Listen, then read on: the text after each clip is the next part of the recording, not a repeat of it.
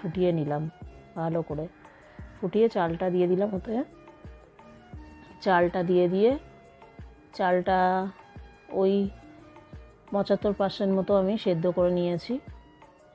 করে নিয়ে চালটাকে ছেঁকে নিচ্ছি স্ট্রেনারে। জলটা ফেলে দিচ্ছি। দিয়ে এবারে দুধের মধ্যে একটুখানি কেওড়া জল, একটুখানি গোলাপ জল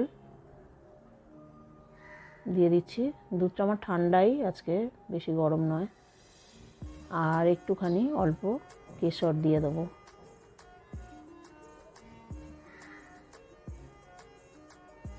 অল্প বলতে অনেকটাই দিলাম কেশরটা। দিয়ে একটুখানি ঘুলিয়ে দিলাম দুধটা, ভালো করে মিশিয়ে দিলাম আর কি। কিন্তু দুধটা যেহেতু ঠান্ডা ওই জন্য কালারটা বোঝা যাচ্ছে না। 2-1 ফোঁটা মিঠা তো দিয়ে দেবো। 4 ফোঁটা পড়ে গেল আমার। এবার যে কড়াটায় বানাবো বিরিয়ানি, তেজপাতাটাকে ভালো করে ধুয়ে নিয়ে ওতে তেজপাতাটাকে